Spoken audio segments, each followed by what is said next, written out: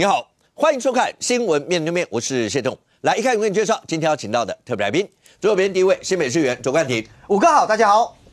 资深媒体人姚慧珍，台积电加油。政治学教授范志平老师，大家好。右边为你邀请到台北市议员李博毅，大家好。桃园市议员备少将于北辰将军，大家好。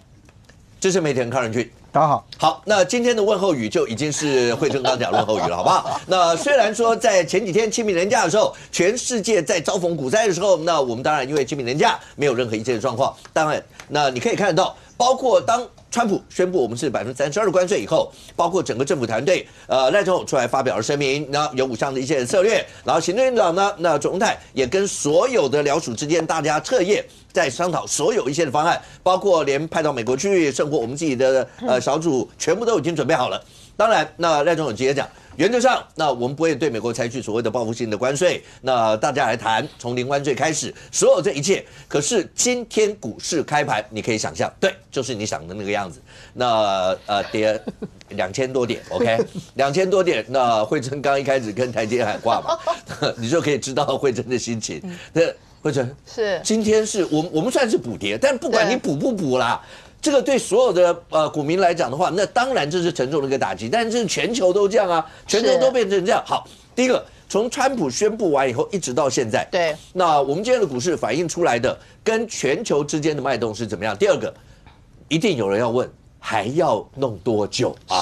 是，我想这个答案连川普都没有，因为今天就记者就问川普嘛，就说，那个现在全世界股跌都形成一个股灾啊，那这是不是你预期的一个影响性啊？他说我没有这样预期啊，他讲出这话的时候，你知道吗？我听到那个有财经的高层讲说，这句话最恐怖。对，因为如果你本意是如此，表示你在你的算计当中，那你知道后续还有什么什么。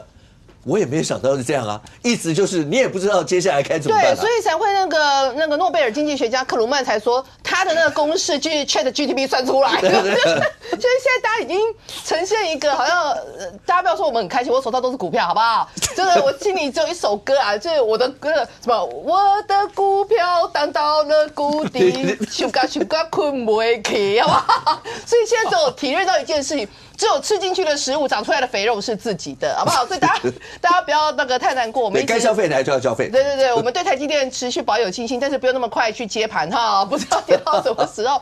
但好，言归正传啊，我会觉得这件事情是全世界都面临普遍的一个冲击性。那我们的行政团队表现因应的如何？坦白讲，在第一时间点啊，我是觉得那个卓院长其实表现的有点没有让大家满意。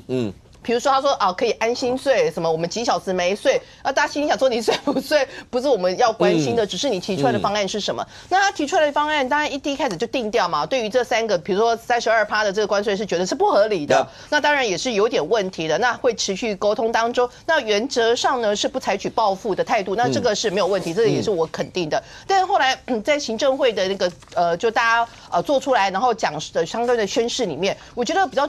大家印象深刻就是那个800亿，800亿还是880亿？对，那大家会认为说这个好像不是第一个时间点，应该就是用补救的，或者是说补助的方式，因为我们都知道川普其实他要改变的是个结构，什么样的结构？就是你整个贸易逆差结构。那当然，这个贸易逆差结构除了就是说你要改变，除非就是说贸易关税之外，其他方法，包括我们可以大量的跟他们采买什么天然气，采买其他的相关产品、农产品。或者是我们设法去降我们一些让他们认为我们关税保护的一些产品，比如说像汽车的关税，像一些农产品的关税。所以我觉得一开始本来大家预期的是你们抬出来的菜应该是会把一个排列组合讲清楚我们手上的武器是什么，我们的是什么，我们可以谈的是什么。那我当然最重要的是怎么样。就后来他提出来是一个880亿，大家会有一点好像撒钱，而且880亿，说一句实在话，认真撒还不够。对。那后来就是包括现在有一个什么100天的一个100小时的一个救的计划嘛，然后这个就是赖总统亲自主持，然后最重要一件事情是他有去聆听业界的意见。那现在聆听业界的意见，当然传统产业跟科技业是不同的一个看法嘛，包括科技业里面又区分半导体。那半导体现在目前为止是没有列为灾区，因为这个是化外之地啦。事实上，川普呢？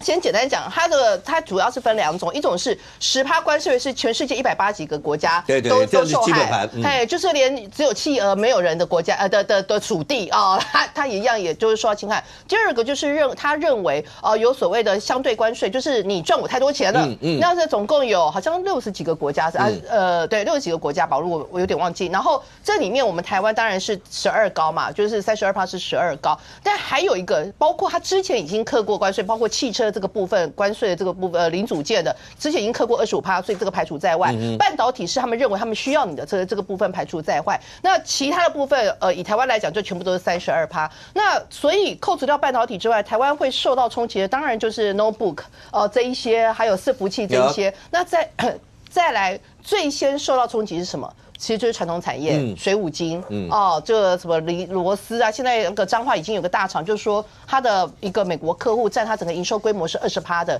直接告诉他现在开始停止出货。那停止出货，而且好像是长达半年的时间。那你就可以因此而想象到，可能会面临的冲击，包括他的员工这半年怎么办？所以这个所谓的880亿可能是在这个部分。但是我觉得赖总统最后出来的讲，今天好像又有一个英文版的出来，其实他定调了这几件事情。第一个当然就是不采取报复嘛。我觉得不采取报复，大家不要觉得有的蓝白会说啊，你应该要报复，你应该报复错。现在目前为止，面对川普敢喊要报复的，大概就是那种大国，比如说而且你可能依赖美国，美国依赖它很多，像加拿大，像是欧盟，欧盟现在考虑，但你要知道，欧盟人家是27个兄弟呢，人家是27个兄弟出来，就27个打美国一个，对，然后而且呢，德国就直接说，我有3000多公吨的黄金在你那里，因为你已经不是个可靠国家，我现在直接就宣布，我要把1200多公吨的黄金运回往我那边，好像是上兆美元吧，我有点忘记，所以。这个是大国可以用这样的方式来进行博弈，那么中国当然也是，中国现在也是跟他说，那我们也要把你弄过来。台湾跟新加坡这样子地稠，然后这个地小，然后人稠，尤其是我们的主要都是靠所谓的贸易这个部分是没有办法进行这件事情，所以新加坡的他们的总理是第一时间出来就直接讲，就是说这块他们也不会采取，然后最重要的一件事是内部要团结，所以。那个赖总统讲的几件事，我是觉得方向是对的，就是说你结构性要进行调整，你要跟他开始大买，然后哪一些非关税的壁垒想办法要调降。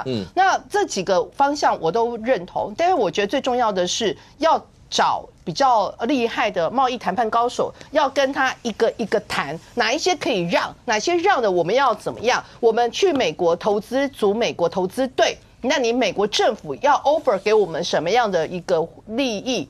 你可以让我们有什么样的这个叫什么税负上的优惠？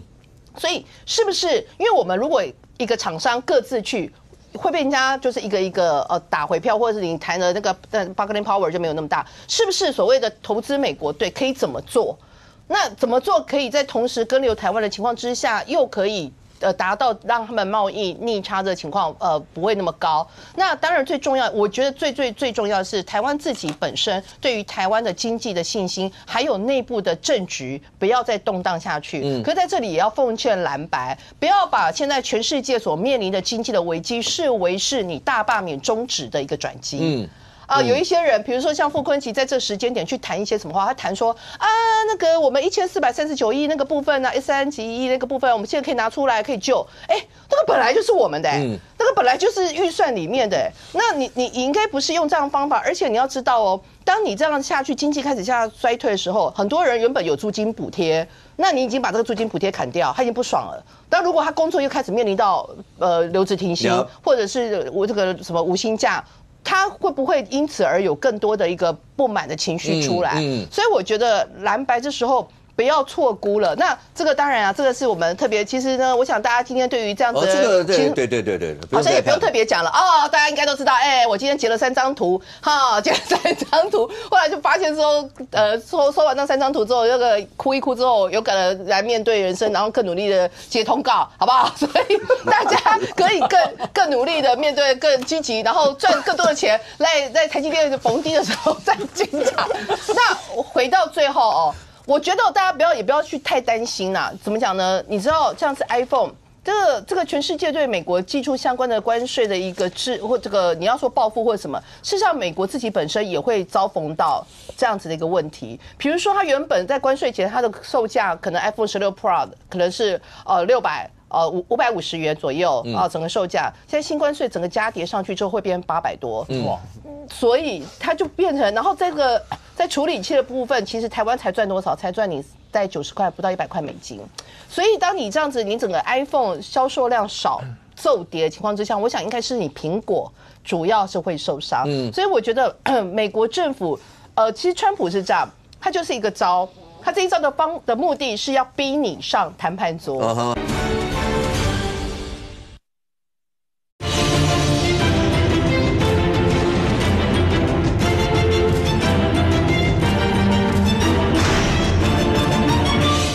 所以我觉得美国政府，其实川普是这样，他就是一个招，他这一招的目的是要逼你上谈判桌，所以他今天才会讲说，所有的现在已经有60几个国家愿意希望来跟他谈。那其实川普有一个我们的那个赖总统有提到一个策略是。就是洗产地，就我们到其他东南亚国家，事实上这个洗产地的问题确实也是川普很在意的，所以他才会对越南课征40几%的关税。可是在那里面不是也有讲，有关洗产地，我们一直很注意在防范像这样的一些，我们也已经尽了很多的一些善意跟努力的这些，然后还要把这些全部都还算在我们的头上，所以这就谈判代表要去把所有相关的一些资讯要去跟美国做讨论的一些吗？对，就是说现在。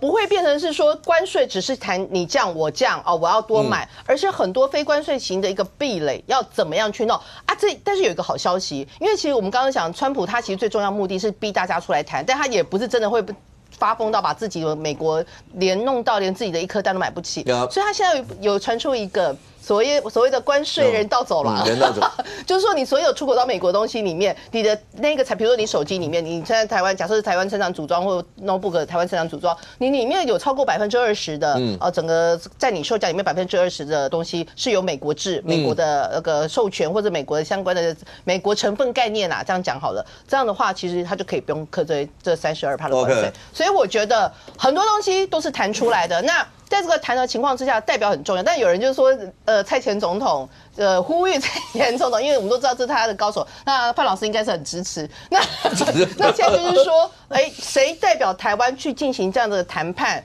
我觉得很重要。那当然，现在我们包括我们的前外交部长嘛，然后吴钊燮，还有我们现在的外交部次长也都在美国，所以真的就是说，大家要上下齐心，然后也不用太过于恐慌跟过度悲观，然后齐心。面对这样子的一个全球性的挑战是最重要的。都 OK， 在其他来宾在发言前，让观众朋友先看一下赖清德赖总统在针对这整件事情，你在新闻媒体上也看到，那赖总统大家做了相关的一些裁示，让你先听一下。来，我们要让美国清楚知道台湾对于美国经济发展的贡献。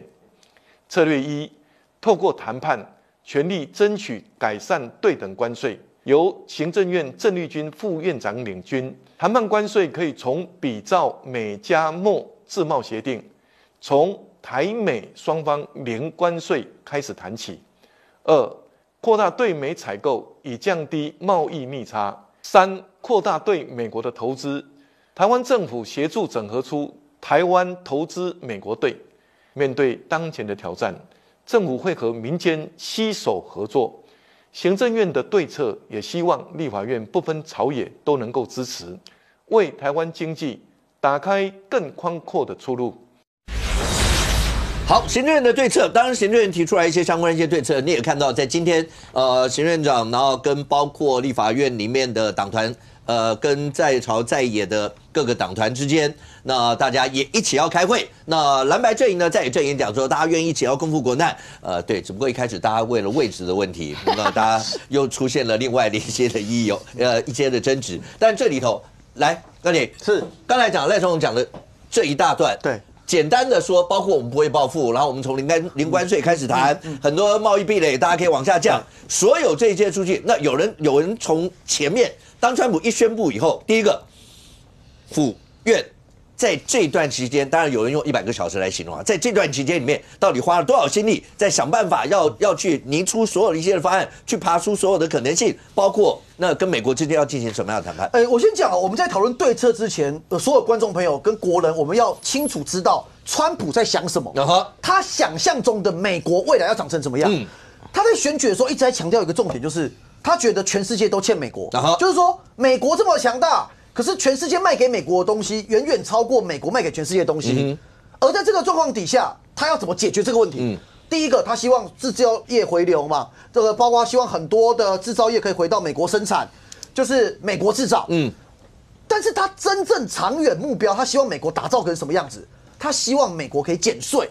川普他真正的核心是，他要让美国的营业税从21%降到15%，这是他最重要要做的目标。这个非常重要，为什么？因为这个目标达成之后，美国会付出1兆美元的资金，它会少1兆美元的收入，所以川普现在所做的所有动作都是为了凑这个1兆美元。这几天，川普对全世界无差别式的全面开火，这个关税大战完之后，现在保守估计，川普大概可以赚进5500亿美元，所以大概可以补他的这个目标的1半，所以我们要有这个清楚认知。为了解决这一个问题，然后所以现在他有这个关税战。等一下，我一直也想要问的是，等一下，来宾大家都会讲，川普到底在想什么？他为什么要这样干？你可以看得到，连全美各地，对，大概有1000多起的抗议潮。是，那光华府一地的话，对，媒体上报道大概就有10万人。对，川普到底他想干什么？其实你刚刚讲，他想要减营业税，对。但减营业税，你去问所有一般的老百姓，你减了营业税，干我何事啊？对，我的物价往上涨，你现在直接冲击的就是我。对，你拿到那5000亿，你要弄到1兆才能够打平这些。对，你现在只弄到5000亿。对，你要一路再往下，我的物价不知道会攀。我在讲美国，美国老百姓会觉得我的物价一直不断的攀成这个样子。等你营业税都凑足以后，我搞不好都饿死了。所以这就是为什么，包括美国共和党的参议员都说，你再这样搞下去，美国期中选举的时候，他们会团灭啊。是，就这是老百姓。所以我在讲，川普到底在想什么？可我一定要这样谈，就是说，想象中的美国是这样嘛？那我把这个关税把它组起来之后。这一些厂商，你要么就不要做美国生意，要么你就2个选择，一个选择是卖进美国东西很贵，第二个选择就是你进来给我设厂，然后他想象中这样嘛，很简单嘛。今天这支慧珍姐这个苹果手机本来在中国设厂的，现在跑回美国设厂，跑回美国设厂之后呢，不用有关税，所以可以用比较便宜的金额做好之后卖给美国人。可是好，我现在讲个 but，but 后面才重点，对，这一堆刚刚讲的这一些梦想跟理想，他打造他心目中的美国，变成15%营业税的美国，付出代价这么惨痛吗？这个效果还没达到的状况底下，美国这几天已经开始疯狂抢购潮出现。美国这几天物价已经直接上涨，美国跟全世界股票已经跌，所以昨天在美国全美大概60万人走上街头，上面的标语很有趣啊，叫 hands off。什么是 hands off？就是你住手，或者是不要管，就是你给我闪开，住手的意思，就是放开那个女孩。对，这种味道，这种味道。因为有人翻译成助手，有人翻译成收手，反正就是你卖差不啦。这台语比较精辟，就是你卖差不啦。为什么会变这样？因为好处什么时候会拿到还不知道。对。可是显而易见的，我现在财产已经缩水了，是我东西已经变贵了。是。这个是川普现在面对的，而且搞到我们大家财产也缩水。对，大家有股票都缩水。对，除非你做反向的。对，做反向。好。那这个状况回来，为什么要谈这个？因为有这个厘清美国要干嘛之后，我们来谈台湾。OK， 台湾为什么这次会被也课征32%的这样子的一个数字？是因为在刚刚这个 picture， 在这个轮廓底下，台湾卖给美国的东西远远超过美国卖我们的东西。因为一年以去年来讲，逆差了649亿。所以这个数字堆起来，加上比例上，我们就变成是全世界排名第10几名。然后算起来64%，哇，川普很宅心仁厚，打5折变32%。就这么简单，所以我现在讲，先不用讲赖总统怎么讲，你去问100个经济学家，除非你要跟他打关税战，只有3个解法，谁都一样，就这3个解法。第一个，国人多买美国货，减少贸易逆差；第二个，台湾的厂商跑去美国投资多一点；第三个，支持我们的政府好好去谈判。就这3件事。所以这3件事情的状况底下，赖清德他才会提出这几点策略嘛。你看我刚才讲这3点。赖总统的完全不外乎这几点嘛。冠奇，你刚刚讲就是现在政府要做，我们先直接跳到这样。好，当赖总统讲完这些，就你刚刚讲的所有这些，你要看在野党，对，朱一伦、国民党党主席说，面对台湾经济的严峻挑战，赖总统的谈判策略显然过于天真。对。然后洪昌民众党党主席说要从零关税开始谈，增加对美采购，这是单纯的割地赔款吗？除了这个以外，然后朱立伦他们就直接讲说，现在你还要搞大罢免吗？现在是不是应该把大罢免这个氛围全部把它弄掉？大家开始齐心共赴国难，是这样。好，我先回国民党哦。国民党，我觉得想法思想要整合一下。就是现在其实我们对外国家只有一个，连国家都要整合成，跟美国人讲我们的态度是什么了。国民党，我今天稍微认真查了一下，国民党至少有8种讲法。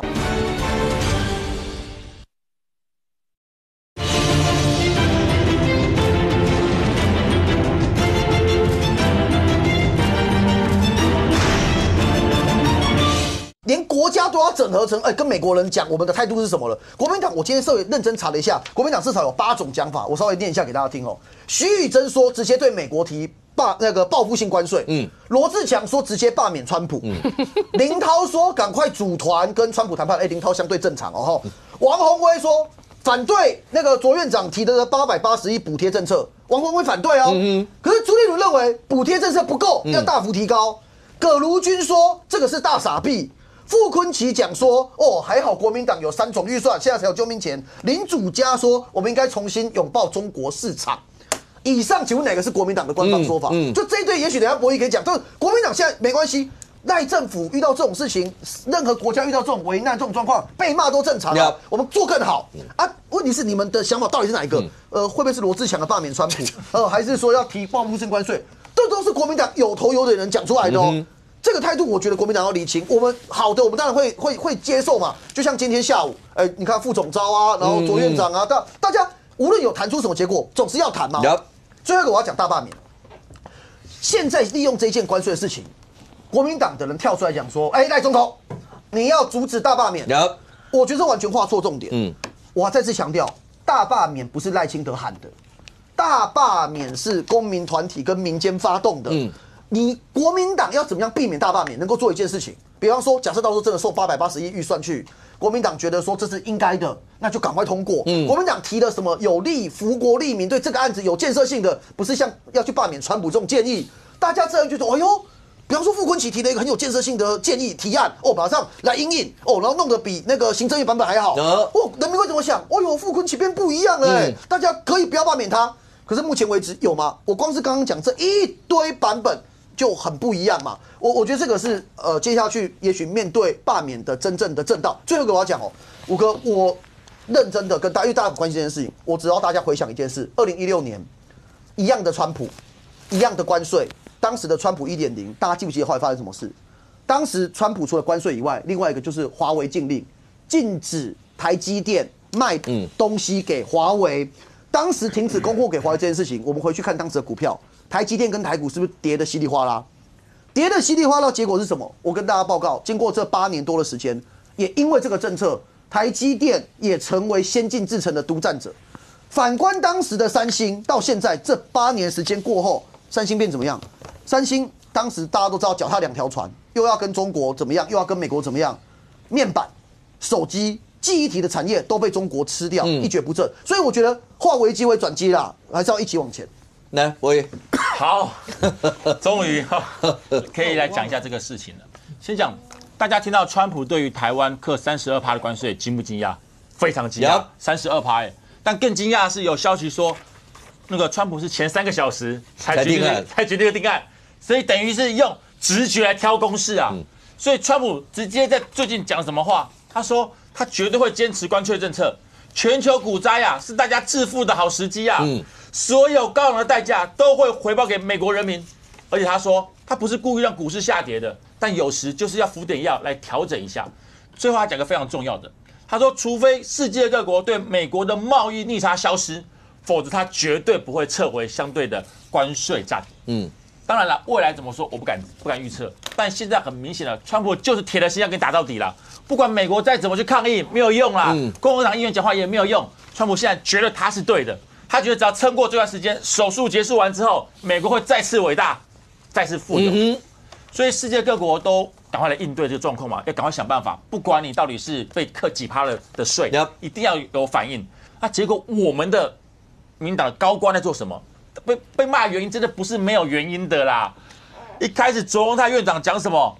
讲了什么？3月29、3月30去大罢免就算了，还没正式公布嘛。4月2号啦，要大家民众安心睡觉啊！这安心睡觉被骂翻了啦，因为隔天起来是噩梦啊，32%直接寄出来。然后4月3号又说强烈的抗议，这个税制是不合理的，政院会表示高度的遗憾。这有什么好遗憾的？你遗憾，股民更遗憾啊。然后行政院讲完之后，真的是更妙。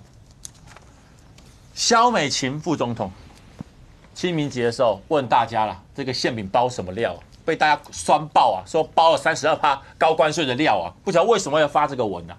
在赖清德总统，当然我知道他不是当天录这个影片，3月26他先录好了，但这个时候拿出来放有需要吗？举个毛巾跟大家说，至少我们还有音乐。我不晓得我们赖政府是准备对川普唱歌就对了，看可不可以让川普心情好一点，放台湾一马吗？这时候讲至少我们还有音乐，这我不晓得考试还是什么感觉呢？所以我们现在台湾已经跌到只剩音乐了吗？这做法非常的没有道理嘛！越南、印度、以色列都去跟川普谈判了，日本的首相石破茂也要跟川普来做沟通。结果我们民进党一开始的策略一开始是什么？他说先补贴880亿给业界，开座谈会，然后让各部会成立190线的服务咨询专线，让民众来咨询啊！我是不想能咨询什么东西啊？你是要给他什么答案？现在连你赖政府都没有答案，你开这咨询专线，然后柯建铭更好笑，他还说。经济部长5月份就要去美国谈判了，5月份要去美国谈判，我不晓得是真的假的啦。如果真的话，那我真的不晓得5月还能够跟川普谈出什么东西来啊。川普的儿子怎么讲的话，大家知道发文讲很清楚了。先来跟川普谈话的人是赢家，后面跟川普协调的人是输家，没有人希望做最后那一个。就算真的谈成功零关税了，有用吗？我现在打上很大的问号。越南不是直接投降求饶，就是零关税。这一次美国的白宫顾问怎么直接回答记者的？他说啊，对美零关税没用，因为他们在意还有别的其他所有的一些产业的问题。美国继续对越南科高关税，不会改变。所以以目前赖政府的状态去谈，我不晓得能谈出来什么东西啦，我很怀疑。那博弈现在怎么办？就如果以在野党，因为大家都说要共赴国难这些，那现在怎么办？所以这个事情那么严重，民进党卓荣泰院长找在野党来做这个国事讨论，对。去了，真的都去了，因为我觉得老实说，不管如何，这的确要讨论啦。你说罢不罢免是一回事情啦，现在国家倒成这样子，股票赔成这样子，当然该去谈。但去谈的结果是什么？不笑话，这笑话。去谈的结果是，柯建铭啊，因为一开始觉得傅昆萁不应该做主委啊，直接说不要开会了。结果怎么处理啊？行政院这个所谓的行政院副院长邓丽君当和事佬啊，跟柯建铭互换座位啊。让他平息怒火，还没结束。然后呢，柯建铭总召又因为不满座位被安排在民众党党团总召黄国昌的旁边啊，做事要离开现场啊。结果怎么办呢？又是卓荣泰赶快安抚啊，柯建铭才勉为其难留下来合照啊。拜托，这个会议是谁主办的？行政院主办的啊。你现在柯建铭是自己人给自己人难看啊。现场最尴尬的是谁？是卓荣泰院长啊，不知道该怎么办啊。现场你到底是谈不谈？在野党已经在跟你谈了，不管谈出来是什么结果，我们来了。不要忘记你之前绿营是怎么想要罢免在野党的立法委员的。柯建铭之前挥他那个拐杖说什么？他挥拐杖是要仗打蓝白卖国贼啊！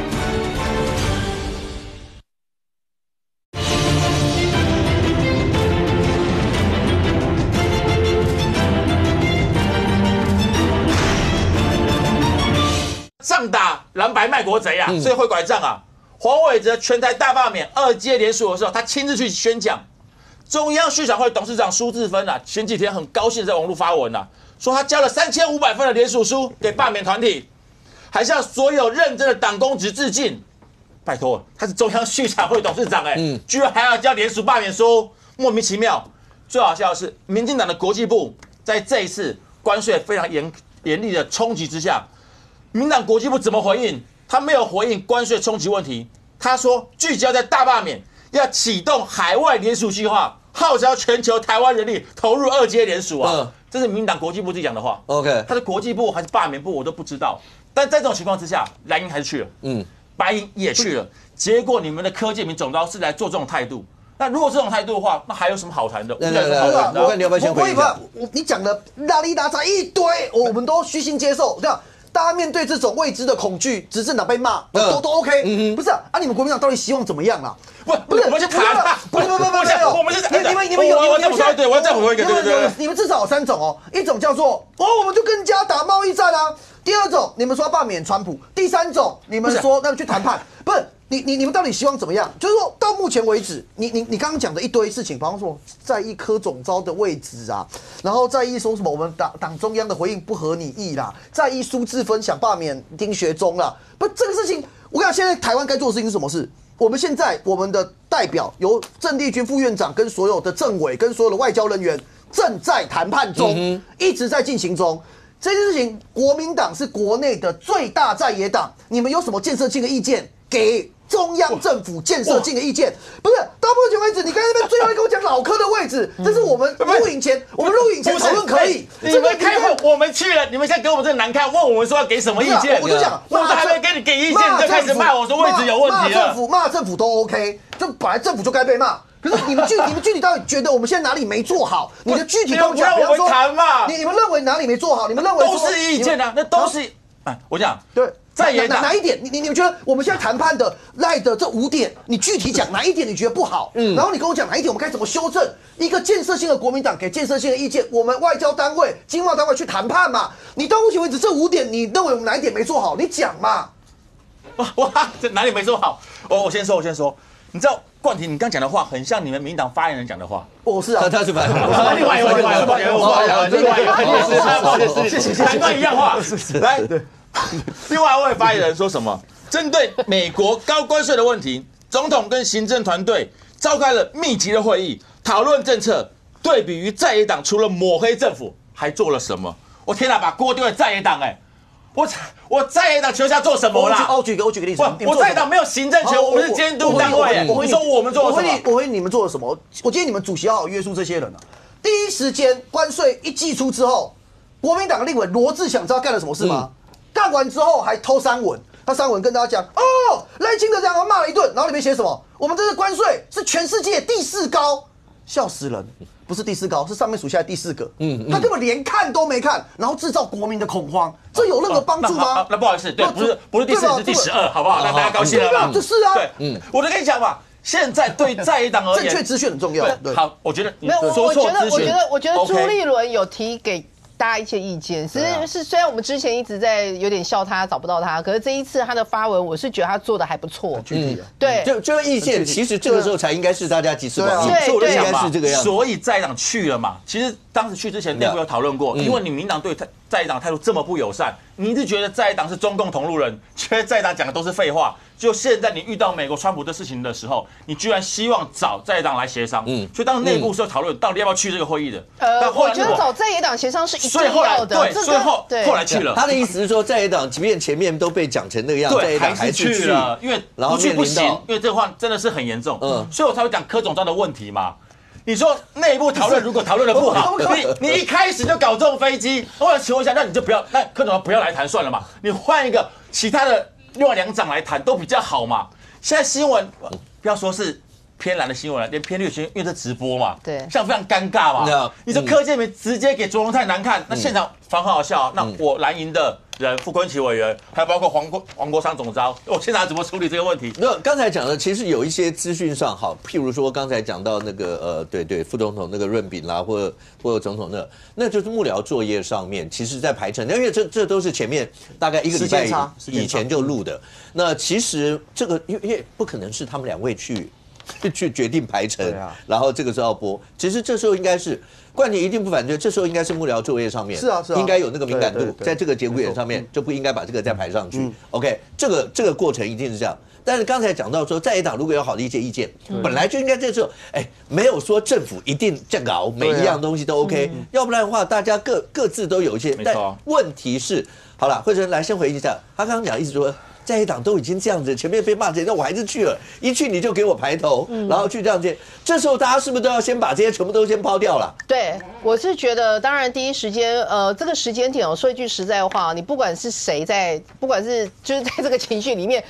人民看只会更生气，因为比如说好，我就这样讲好了。我刚刚提到的那个水五金的大厂，他现在他就面临到半年没订单啊，但你叫他怎么办？那还有其他的产业也是面临到同样的自行车，然后其他的零组件厂，现在一个一个，而且我跟你讲，他们现在是直接给你喊卡，现在是这个订单直接就没有，啊叫你，那你现在员工就面临是不是要无薪假？所以我觉得还有各县市政府，像刚提到那个水舞机主要是在彰化嘛，然后跟台中嘛，所以像朱立伦，我很少肯定他这一次就是说你是不是要各个县市有一些相关的产业已经立即面临到。厂商已经跟你讲订单喊卡或者抽订单的状况的，是不是就要怎么面对？那还有些厂商，他当初就是因为在中国撤厂之后去越南、去缅甸，就这一次因为洗产地的问题，又面临到50%，所以像这些的厂商，政府可以想办法怎么样来帮助他？我觉得问题很多，然后要解决的麻烦很多，但其中不包括3党的总召的私人恩怨或是位置问题。那当然，我是不知道这些总召各自心里有怎么样的问题啦。可是我觉得任何一个成熟的政治人物，在国难当前，而且全世界的政治的经济上的动荡如此情况之下，不应该要把个人情绪放诸在这样的一个场合。那有人放诸在这样的场合，应该也要有人就是把它给化解掉，或者是就是好，我们先解决完什么问题再。那如果在野党就因为这样好像也不开，好像那其实你们没有比较好啊，不是都是有点太儿戏吗？其实老百姓现在要看的就是谁真的在对念兹在兹，要去解决所有这些事。那任俊，对，来念这段话。周末期间，川普跟欧洲跟亚洲领袖谈话，他们想谈判，除非每年付给我们一大笔钱，否则没什么好谈的。这基本上像不像人质被绑了以后，就这样，除非你付一大笔钱来。他讲话口气就这么直接哦，是，摆明了就是刚冠廷讲，因为我要筹这么多的这些降税的钱嘛，那我就是要你们要拿一大笔钱。好，现在就是面临到这些。那赖总统提出来这些，包括刚刚讲要去谈判，那一定是一个漫漫长路的一件事情，因为有很多点都要弄。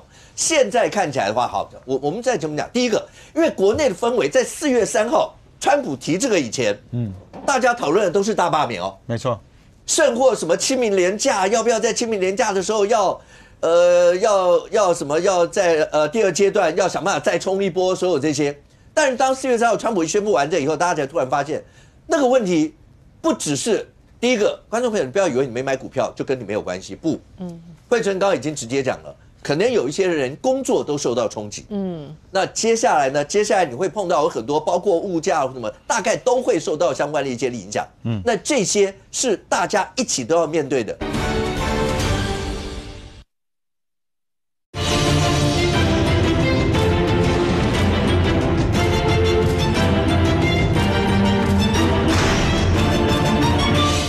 大概都会受到相关的一些影响，那这些是大家一起都要面对的。但任俊，你看到了好，所以你看第一时间，朝野有那个在野党也有讲说，政府是不是应该要召开，包括不管是赖总统召开会议，或是行政院长要召开什么，好，结果行政长讲那就党团大家3党大家就一起来吧。虽然看到了内幕，现在看起来朝野之间真的能够坐下来在那儿帮大家一起想办法解决问题了吗？我先讲川普哦，美国国家政策是从不会跟恐怖分子谈判的，因为你一谈判开什么玩笑，立了先例之后，都不能助长这个歪风嘛啊。但是当美国总统自己出来当这个恐怖分子的时候，你看他非常自豪，大家都排队来跟我谈判啊。那问题就回来，谈判恐怖分子简单啦啊，他就是要钱而已啊。那川普这个话就说你除非付给我们一大笔钱，这件事情是他真正最终的目的吗？你光看就是说，大家今天在讨论，川普的这个做法，但全世界都哀嚎了啊。台湾是晚哀嚎了4天嘛，因为我们中间有包含放假。本来其实中间有人有一点点小侥幸，觉得经过这4天，冷静一点，有没有冷静了一点点？甚或美股会不会开始反弹了一点点？好，没有，好吧。那都是梦中的情境，对，所以没有冷静，都是冷冻嘛。对，他希望早点这个冷冻的状况结束掉。所以到底川普要的是什么？其实老实讲，全世界都在猜。那你说今天民进党昨天赖清德为什么特别要再开一次的这样的一个放这个影音出来？我认为其实它包含那几项对策哦，包含有人提到说你最后一个这个最后一个是洗产地嘛，要注意到洗产地的问题。刚慧珍也特别提到那个。你说台湾有没有这个状况？刚刚主持人讲说，台湾一直在尽力在避免啊，但我认为那个话不见得是说给国人听的啦。我认为那个一部分是在告诉美国，就是说，其实我在想你到底想要什么，这是其实更为重要了啊。因为老实讲，就是说，今天你说寄望说我去谈一个零关税，全世界各国都在搞这个啊，那你川普真的买单吗？哪一个国家会说我先推出一个？你在台湾试试看，我推出一个政策，然后台湾的股市先倒一片。你看哪个总统撑得住？但川普不管你，我管你几十万人出来跟我抗议，我不动就是不动。联总会也不配合他，连一堆人也不要，财政部也觉得你不 OK， 但川普还是要这样干。所以他到底要什么的这件事情，老实说啦，我认为大家心里没个准。所以赖清德的昨天为什么临时晚上又发表了那个演说？我认为他其实在告诉的那个对策，不是只跟我们说而已，因为包含到台湾投资美国队跟美国投资台湾队。你认为在这个阶段里面，哪个台湾人听得进去？我不认为他听得进去。但是 AIT 会不会听？会，我认为会。那你这个要不要为未来的谈判留下一个空间？就说政府在这个阶段里面，你行政院或总统府，你有办法接触到每一个不同产业的代表吗？你有办法针对每一个地区不同的产业，比如说刚刚提水五金嘛，水五金基本上大量就是在彰化吧、彰北吧，我如果没记错，彰北这个地方嘛，台中也有了哈。就这些业者，你可能政府会听有代表性的人，但你没办法听到每一个业者的讲法。我今天遇到一个那个游艇业者的朋友，他说：“你知道我们游艇更惨哎。”我们一艘游艇出去，如果按照他现在这个做法，我可能要多3000万出去。那我多3000万，对方买家怎么会买单？我突然多了你叫我业者吞吗？那我就干嘛？我只好选择刚刚惠珍那个做法，我不出货可以吧？那不出货囤在那边，总比我这个冒更大的风险好。但问题就回来了，就说这个时间里面，大家回推那个柯建铭的那个说法。今天4月1号啦，我觉得它就是10%而已啊，你是当愚人节吗？就柯建铭在这一段时间，你看大罢免蓝营为什么那么痛恨柯建铭？因为当民进党都还没有表态的时候，是柯建铭在那边喊说大罢免、大罢免、大罢免。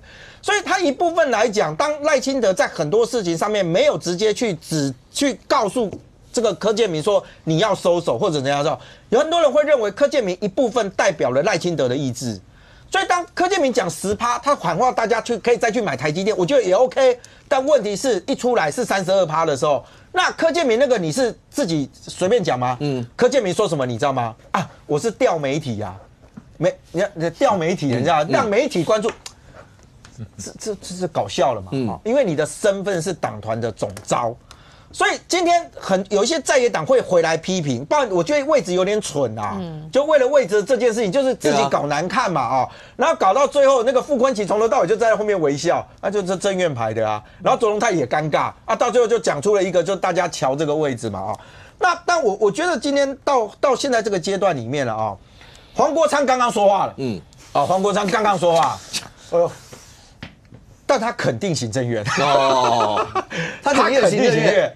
他说呢，行政院有准备简报给大家但是呢，他说他肯定卓荣泰说因为时间有点紧迫，所以我们简报有点这个简略啦，也大概是这个意思。所以他认为说他最少也肯定政院说愿意在今天这样子做下。好，那问题就来了今天本来是党团的这个各3个党团3长嘛，还有韩国瑜，但韩国瑜最后没出现嘛，韩国瑜没有，他不去，对，他不去嘛，他不去，对。最后是韩国瑜说明天说要再召开这个党团协商，那你要协商什么？老师不知道，老师到目前为止不知道，因为这个看起来不会是立法院自己想干什么就干什么的所以我其实反而觉得，我其实觉得今天那个朱立伦的那个话是最特别的。刚刚慧珍有提到，当朱立伦出来跟你讲说880亿不够。我其实第一个好奇，我相信所有人会第一个好奇，那所以政院现在再来编预算，编了预算之后，在野党是不是都吞？今天我看起来到目前为止因为他进行2个多小时嘛，没有看到他详细的内容到录影的这个时间为止。可是当今天在野党出来跟政府讲说不够，你要再编的这件事情的时候，我认为朱立伦在这件事情上脑袋还算清楚。但问题就回来的是，国民党的立院党团买不买这个单？因为你到最后还是好，那今天卓荣泰说我接收到这个讯息了，那我今天如果我回去重新再编列，我不要880亿，我8800亿。那当时国民党在审这个中央政府预算的时候，他那时候不是讲说你不能付费，可在这个阶段里面谁敢挡这个预算？所以我觉得回来看的就是说大罢免能不能在这个阶段能够稍微止住一点点。我觉得这时候在野党的态度很重要。就国民党今天你觉得朱立伦出来讲话，我其实老实讲，其他人对其他人的意见，因为毕竟朱立伦是党主席，是，而且他本身也是学经济、会计啊这些的，所以总是以党主席讲的话，应该算是比较为主。所以其他不是，所以其他的立委个别的那种讲那种话的那种，其实老实讲就算了，就不要理他啊，因为真的回来看的还是今天好，大家都坐下来谈了。那不管黄国昌要不要直播，因为反正他也只会直播而已啊。这件事情要不要直播，老实讲，明天报纸一出来，所有人看也都知道，就是说这中间有没有落差嘛。但我认为国民党如果在这个阶段希望暂缓这一个所谓的罢免的这样的一个热潮的时候，这个时候是你有一个机会。我不是说你一定要全盘都接受，而是你在这个阶段里面，你如何去告诉这些人、这些业者啊，这些包含这个有受到冲击的人，说你国民党在这个阶段你看到了什么？如果没有，你今天沦为就是大家还在那边弄来弄去，明天韩国瑜的那一场，我其实觉得很多人一定会看。可是将军，你现在看得到，包括朱立伦就国民党直接喊出来讲说，这时候还要大罢免吗？赖总统什么什么？但你也看到民团，包括以曹英成董事长为主，他就讲说，关税的问题是可以解决的，是可以什么罢免只有一次的机会，不要上了国民党的当。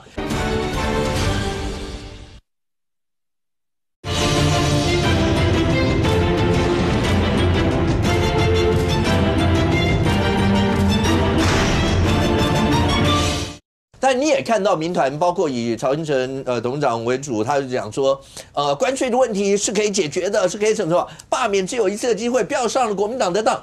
现在这些事情某种程度有在角力吗？更不要说，对，因为国外的媒体有讲说，川普这个政策会不会导致在我们国内的所谓的以美论会不会大起？那这一次的罢免的主轴，其实某种程度很重要一个主轴叫反共。对。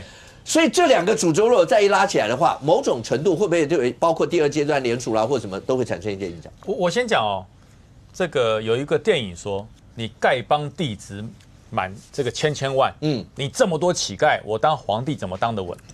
后来苏乞儿怎么跟他讲？乞丐的多少不是我决定，如果你英明神武，鬼才想当乞丐，一样的道理。朱立伦是一个会计学的专家博士，你不用去讲罢免，当一个党主席，你提出了比赖清德这5点还要具体的方案，我告诉你，罢免的力道就减少了。就这么简单啊。要罢免你，不是我赖清德能决定的。如果今天你国民党提出的政策英明神武，鬼才要去晒太阳搞罢免，重点在这里。所以你有没有提出很漂亮的这个政策？那么我讲行政院长卓荣泰为什么讲出那个880亿被骂死？那个不是用来对抗平衡税率的，不是对抗，不是提出880亿跟美国对干，不是，你这880亿是提出来对于这个所谓的平衡税率受到损害的台商，我们台湾对，我们要补助他，我不是对抗，你如果把它变成对抗，川普跳脚了。川普这个人啊，你说他是疯子还是超级有智慧，反正可能都是，反正可能都是有智慧的人不见得不疯，疯的人不见得笨。对，他就是又疯又狠。那么对抗这个方式，我们现在到底政府的选择是要战，还是要降，还是要谈，对不对？你要战，中国示范了嘛，习近平示范了嘛，来啊，对干啊，你34，我也34，你全家都34，我们来拼一下。那未来会如何？我们等着看。我们等着看，到底是中国要卖到美国的东西多，还是美国要卖到中国的东西多？如果中国不卖美国会怎么样？如果美国不卖中国会怎么样？我们等着看。这是一个供需的问题，这个大家马上就知道了。那么你说降有没有人降？越南嘛，皇上吉祥32%，我0%了啦，降有用吗？看来是没有用，因为川普要的不是你投降，我要你做出我想要的东西。你不要洗产地，洗产地的问题解决了没有？越南没有对策嘛，越南没有对策。所以看来现在绝大多数的方式是什么？是谈。川普也讲了，你优先来谈，你赶快来谈，先谈的会先赢。可是谈不代表报道，好不好？我报道我排第一个，你有什么筹码？没有。那你来谈什么？回去。你要去排队挂号，抢到前面，你谈的筹码要先拿住。那我先讲嘛，我们的筹码是什么？我们的筹码是美国非买不可。不买会完蛋，那看来想想就半导体嘛，川普自己讲的啊，我们几乎100%的高阶晶片全都在台湾手上，那美国能不能不买？他不能不买，因为美国当时半导体让台湾来做，做完以后，美国是获利者。我讲实话，美国是获利者，他拿到了台湾的高阶晶片，制造产出的他各种产品，销售到全世界。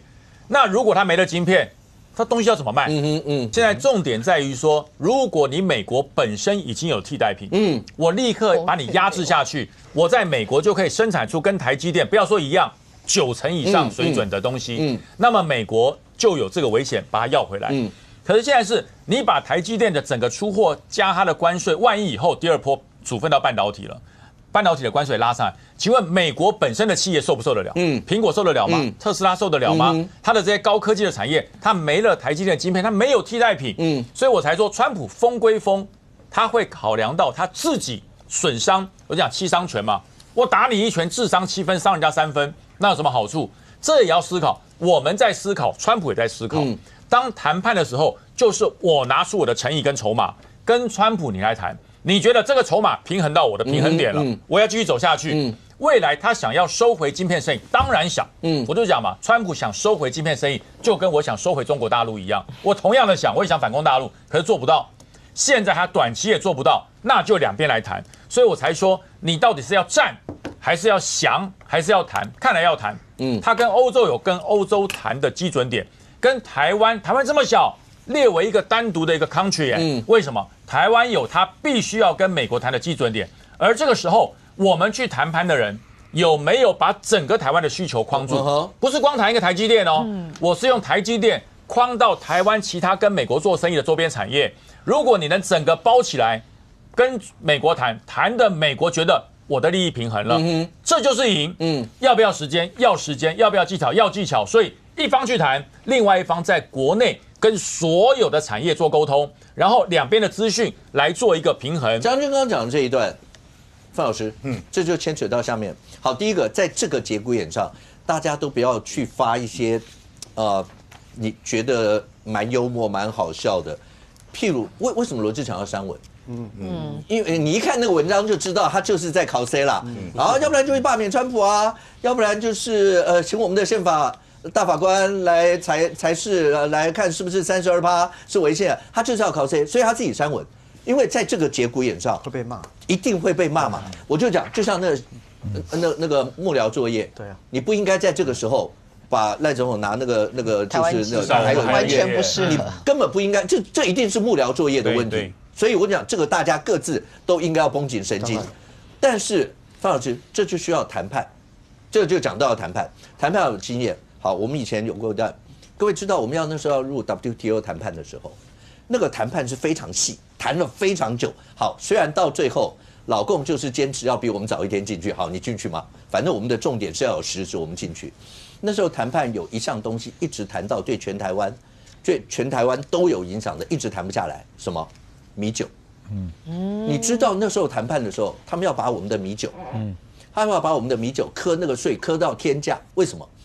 他说那个是饮用酒，我们说不是啊，米酒是料理酒啊，对，调理。他说没有，他们有调查，你们有很多人喝米酒，对，我们不可讳言嘛，确实是有一些朋友他会喝那拿米酒，甚或米酒加保利达啦或什么有，但是它不是我们一般人拿来当那个什么啤酒啊、whisky 啊什么喝，没有嘛。可是他们那个调查的结果，他们就说是，他可以举出很多例子，我们也举了很多的例子，全台湾家户你去问，它就是料理酒，后来一直尬到最后才出现料理米酒加盐。对，各位知道那个谈判有多辛苦，那个都是每一样这样谈出来的。哦，当然我知道大家会急的是，不行，我们没有办法这样慢慢谈，因为股市不可能这样，不会啦，股市也不会天天这个样啦，好不好？可是范老师，这个意思就是什么？要有经验，要有技巧，要融合所有的需求性，才谈得出来啊。对，一定要组成一个好的团队。那我今天我买了股票了。你为进入市，对，我今天就是逢低买进。你踩着我的尸体往上跑，而且怪不得我背这么痛啊！而且我上一次买股票是17年前，上一张股票2008年买的，这17年我没有买过一张股票。所以你今天就觉得说，你对于台湾未来你是看好的。对，然后我老师请问一下什么类型的股票吧？不要问哪一家，什么类型的？金融类。金融股对，然后我手机有那个买股票的 APP， 但我从来没用过，就我昨天打开来。发现密码已经不对了，然后所以我要你17年没有买股票，没有买股票，然后我昨天就七手八脚，赶快来去改密码，改什么重新总算可以登录了。所以我今天是我人生第一次用 APP 买股票，然后我今天讲一下你的心路历程，为什么在这时候你要买股票？对台湾经济有信心，逢低买进，然后因为那个股票都有一个存折嘛，我就拿去那个柜台，我今天还跑去证券公司然后那个证券公司一片死寂，每个人都面如菜色，然后看着怎么有人进来，今天怎么还有人来进来？这个而且还股票，那我就拿了我那个存折给那个小姐，因为不能刷了，我去刷折子。那小姐看一脸疑惑，我说：“这是我们公司的存折吗？我在公司10年没看过这个存折。”后来我说：“因为我是17年前登记的，你还没，你那时候可能还在读书。”对，所以那个小姐还跟那个主管讨论半天，所以我真的觉得这件是一个但是我真的买了哈。但我有一个朋友啊，你不会只买1张吧？我只买一张，一张也不容易啊，一张不容易，那个是表示态度，对，真的不容易。那我有一个朋友啊，就昨天打电话给我，他说还好我上礼拜去特斯拉没有下单。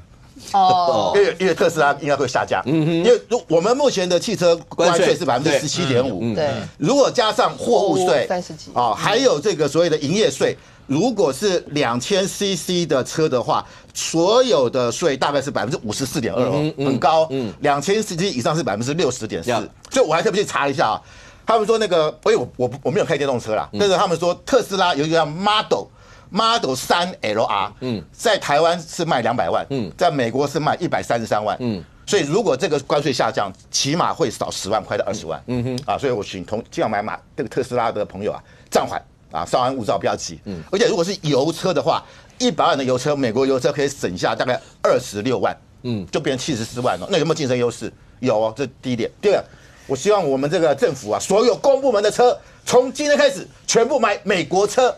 对不对？从赖总统开始，就买那个跟川普抽的一样，凯迪拉克的那个什么，它叫野兽，林肯，对，那就不要再做什么奥迪了。我们买那么多奥迪，买那么多这个双 B， 德国用也不好啊。对，我们就全部买美国车。我们跌到快变野兽了，你现在一张股票都。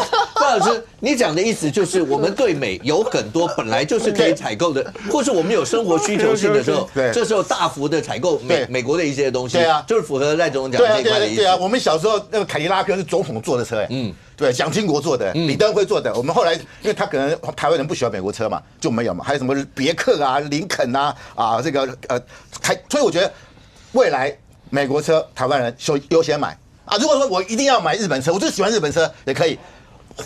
Toyota、速巴鲁、马自达、Honda， 你上在美国都有设厂那我就买在美国的。这个生产的日本车嘛，他在美国都不够买了，他根本没有机会来台湾了。对，现在已经被美国人抢购了，现在已经抢到疯了。所以你说喜欢韩国车 ，Kia 跟现代在美国也有市场。如果你喜欢双 B、Benz、BMW， 在美国也有市场。范老师，你今天才买1张股票，要求这么多？对，你买1张股票，要求买1台车。我在提供具体的政策嘛，然后摩托车蛮具体的，全部买这个美国的哈雷，我们全部 update。你们就没有这样的。这里面，今天你们大家都有维基入市吗？都没有嘛，对不对？我有。你今天有买吗？我还买64股，因为我要纪念这一天。64股，因为整个这个股市64。我刚本来要讲说，因为范老师有维基入市，对台湾有信心，所以他可以多讲一点。我也进1张，我进中华电。今天有，今天中华电跌比较少的。所以我觉得政府要采取的是具体的做法我刚刚讲的具不具体？每一乡镇都有好事多，这样就够好了吧？可以买美国东西，对不对？好事多要开的比7-11还多。我刚刚去好事多，好多人大家都没有因为美国给我们科家这么捉弄关税，我们就拒买美国货了，没有，大家还是拼命消费嘛。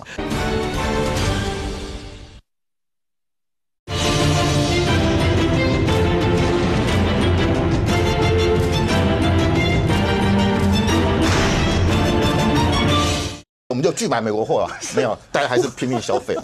所以我觉得用这种具体方式，你知道为什么吗？因为即将要涨价，所以大家对，是因为这样。不过我是真的觉得就是说危机就是转机啦。对但是我觉得川普这个人真的是政治的狂人我们一般的我们历史上有很多政治狂人，但是他不会像川普搞到怎么样全面出击，对不对？哎，全世界100多个国家我全部得罪，他包含自己的人民。对，还第二个恐怖是什么？他内外他都得罪。对，你说像希特勒，他是不是狂人？他是啊，他只是打什么法国，对他只是打他区域的，他没有全世界宣战啊。而且希特勒他至少国内是服从他的嘛。那你说毛泽东是不是狂人？毛泽东是狂人，可是毛泽东自己搞自己内部斗争嘛，他比较少对外扩张嘛。川普现在是对内也搞，对外也搞，所以我觉得真的是了不起。未来会不会下场如何，我不知道。但是你看眼看说，你看他美国的它的水果51%是靠墨西哥进口的，蔬菜是69%是靠墨西哥，然后20%是靠加拿大，他跟这些国家全部都课征关税。那美国的未来人民会很痛苦，因为我今年2月去 LA。我就觉得美国的物价已经高到很高，很难压。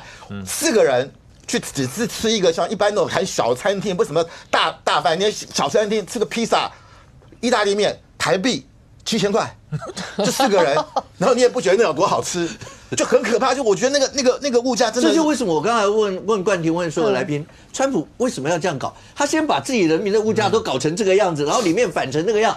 你如果看到镜头，我还再讲一次，你看到镜头里面那些抗议的人潮，你真的很难想象。然后目的是为了要减税，他说他要打国债要减税。其实他最主要是要逼联准会降息啦，因为他必须要把利息降下来，不然他们一年光是他们的债务的利息好像就1兆美元，如果没记错，那是非常恐怖的。对，但是他有没有可能还没达到目的？是啊。他的其中选举就会受到很大的影响，因为以目前来看，这其中选举对共和党来讲是非常的不利的。我们看，连这个他的好兄弟马斯克说，川普他说呛川普的经济顾问读哈佛非好事，他说损失1兆。那我不要讲，他现在有一个叫川普的金卡。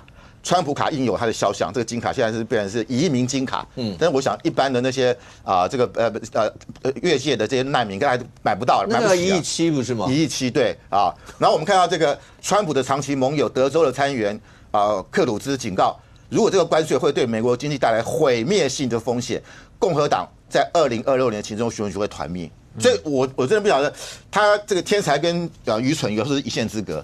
不过他想出那个公式，他不是有个很简单的公式吗？据说是他开记者会前3小时才想出来的。就是说台湾跟对美国来讲是逆差除以1半，台湾这个销到美国去的产品的金额，然后除以1半，然后全世界全部适用。我跟你讲，这个全球的这个经济学家大概都觉得把书烧一烧吧。对他可以这样恶搞，可是我觉得。他就是拿这个来作为你谈判的一个天花板，你还跟我谈，所以川普的办公室下如果有那个号码牌嘛，我们去银行的号码牌，大家已经烧掉了，对，大家都要拿号码牌，不知道排到什么地方去。所以我觉得他真的用这么大胆的方式来对全世界苛征关税，当然就是要掌握谈判的筹码。那所以我觉得对台湾来讲，我们当然要怎么样去因应，但我们知道吴钊燮。我们的秘书长已经去了啊，外交部次长都去了，所以我觉得，当然最重要是找到窗口，因为我怕的是说，到目前为止，我们如果连窗口都找不到，就很麻烦。那我们看到国民党的反应，我就觉得很奇怪，这因为川普发动这个所谓的这个关税战之后，国民党说这是赖政府依美抗中政策的一记重拳，依美是依赖美国嘛，对抗中国嘛，他说执政党为了自身利益牺牲全民，让台湾。为民进党的意识形态付出代价，可是我觉得这件事情跟依美抗中有什么关系？今天如果总统是侯友宜，他还是一样，一定会这样，还是这样搞啊？全世界的对啊，跟什么依美抗中有什么关系？然后说什么是民进党意识形态，我也不晓得这跟民进党意识形态有什么关系。然后他们就说呢，我们这个因为是赖清德政府啊，这个太亲美了啦，一昧迎合，全面导向美国啊，然后呢，对外经贸失去了这个自主性啊，然后才在两岸采取对抗措施啊，造成我们呢没有这个筹码跟招架能力。我觉得国民党意思是说，我们要去跟对岸结合嘛，来共同来对抗美国吗？我看到这个他的这个国民党的大陆事务部主任林曙嘉刚讲过，他说要加大对中国投资市场。这个时候去中国投资好吗？中国的关税比我们已经是本来已经34加20是54。我们今天去跟中国去投资，那我们就更惨，被川普说好，你现在我给你的关税32不满意，我就给你54。所以我觉得林祖嘉亏你还是经济学家，你怎么会说要去投资中国市场？来，没有，这个就是好险嘛。好险，过去几年我们的产业链大量的移出中国。那现在我跟你讲，如果台湾大部分跟最全盛时期马政府时期，当时6、7成我们的产业链都在中国的时候，现在这堆产业全部要被克54%，那个冲击比现在大。这第一点。第二点哦，我觉得刚才范老师的事情让我想到另外一个角度了。就是川普那个一字排开的国家，把台湾当成一个国家，就这个事情也真的是好险。就如果在川普这种就是说狂人总统的眼中跟脑中，觉得台湾是中国的一部分，那我不就被54了，那现在就更惨了。对啊，不过这整件事情一直到现在。刚才讲到说，包括蓝营也有讲说，这个时候还有大罢免吗？然后，但你有听到曹兴诚董事长讲说，千万不要中了计，那罢免呢，只有这一次的机会。任俊。是有人还在，因为我们讲本来这次的清明年假是各阵营，因为现在是35-12嘛，那各阵营在讲说要不要吹第2阶段联署啦或者什么这些，可是显然这件事情出来以后，讨论的时间一定被压缩到了，是，但还是有媒体上去爬书。以蓝营来讲的话，蓝营现在过了5成以上的第2阶段，大概有多少人？先给大家看一下，这是媒体统计出来的哦，跟相关的这些做了一个统计啊。那这个当然是针对蓝委的部分哦，因为绿委的部分其实有的刚过所谓的这个1阶的门槛嘛哦，那正要进入到2阶的这个联署里面啊。那你在这上面可以看得到是1、2、3、4、5、6、7、14个，表列上面是已经经过所谓的这个2阶的这个50%的这个门槛，其中大概几个给大家看一下，像叶元之的这个部分在新北哦，它的门槛在2阶过的部分是23313份哦，但是因为呢这个联署的这个罢免团体哦，他们其实喊出来的目标是希望能够收到4万份，所以在这上面有2个，一个叫做目标进度跟门槛进度。如果就门槛上面23313份的话，目前收件已经收到了21021件，就门槛来讲是90.2%，但是如果就原来他们预定的4万的这个目标里面啊，是52.6%左右哦。那其中有一个部分是在这里告诉你说这个天数哦，说这个40天啊，第31天应该是这样说哦。我们原先在中选会的规定里面哦，事实上你的这个你领完了之后开始进入到联署，不是40天啊，是60天。所以他这边有特别讲，就是说，因为你送进来之后，我需要造册，我还有需要相关的一些作业，所以他们另外再扣了这个所谓的20天进来啊，所以才会有刚刚你看到的说，到目前为止联署是在第31天，而且你看到几乎在蓝委的部分哦，几乎你看这个31、32，然后32，这个天数都差不多已经走了一段时间。好，不过在这个时间里面，确实有一些罢团会比较担心的，其实也是在这里。因为如果就他们所推估的扣掉预留时间之外，老实讲已经完成了差不多4%左右，但还没有完全达标，而这个还没有达标的是以罢免门槛，以这个联署门槛来说，而不是他定的目标门槛，因为目标门槛他定的更高嘛，那这中间会变成是你可能会不能有太多闪失啊，为什么？因为进入到2阶。之前哦，其实就蓝营的部分哦，他们的有些人的策略是这样说，反正我先等到这个2阶哦，看你怎么样。我3阶的时候，我的人再动员嘛啊，因为那时候就要动。可是现在发现到，我为什么要等到3阶呢？我让你2阶就没办法过就好了。所以比如说他现在收到的这个所谓的联署的门槛的部分哦，你今天就算达标90%好。你不见得那90%完完全全到最后都能过关了，搞不好有人来乱的，搞不好有反串或干嘛。对于罢团来讲，他其实非常非常的担心，所以你才会看到现在大家开始呼吁，就是说不要说觉得你还没有你反正份数够了哦，或是什么的，你看他这边讲说还没有填写的，希望就大家还去赶快去填写哦。那我认为对于罢绿委的部分也会有同样的状况，也会有同样的状况。就接下来蓝营要在联署的那个情形下，它的难度一定也相对变高。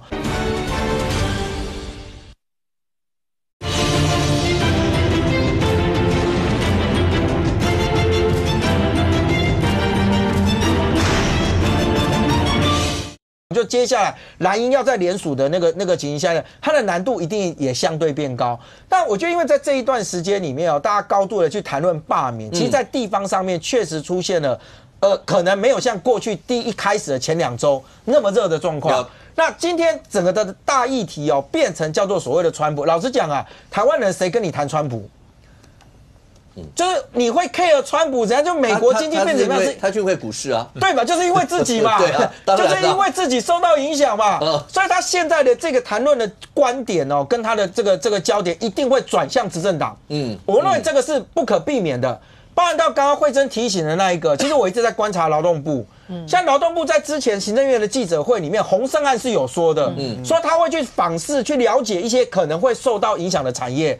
但现在看起来，确实有产业是已经实质上会遇到这样的一个冲击。那这个对民众来讲会是更直接。如果接下，因为民进党对不起，民进党还是会有一些这个宣讲，我不知道你们这个宣讲它到底会怎么去进行。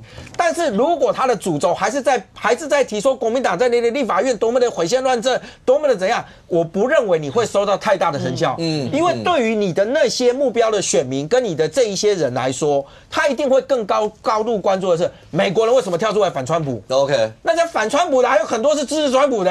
他现在觉得后悔了，我为什么突然选出一个这个来先弄别人，先弄到我自己的？